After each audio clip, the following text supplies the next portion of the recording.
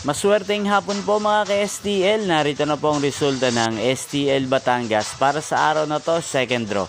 January 15, 2025. Araw ng Miyerkules. Naway ang mga natayaan niyo pong mga numero kanina ay manalo nawa ngayong hapong ito, 4:30 PM. Kaya't kunin niyo na po ang inyong mga tickets. Narito na po ang resulta. Ang mga numerong nanalo sa STL Batangas ngayong hapong ito, January 15, 2025, 4:30 PM. Second draw result, 18 at 13 in exact order. Sa lahat po ng tumaya kanina sa STL Batangas para second draw ng 18 at 13, congrats po sa inyo. Panalo po kayo. Again, 18 at 13. At ngayong hapong ito sa STL Batangas, atin pong i-shoutout si Kuya Rodel ng Batangas. Shoutout po sa iyo, Kuya Rodel. Naway nasa mabuti ka pong kalagayan. Sana ang mga tinataya mo mga numero ay manalo na po ngayong hapong ito. At sa lahat po ng mga taga Batangas dyan, shoutout po sa inyo.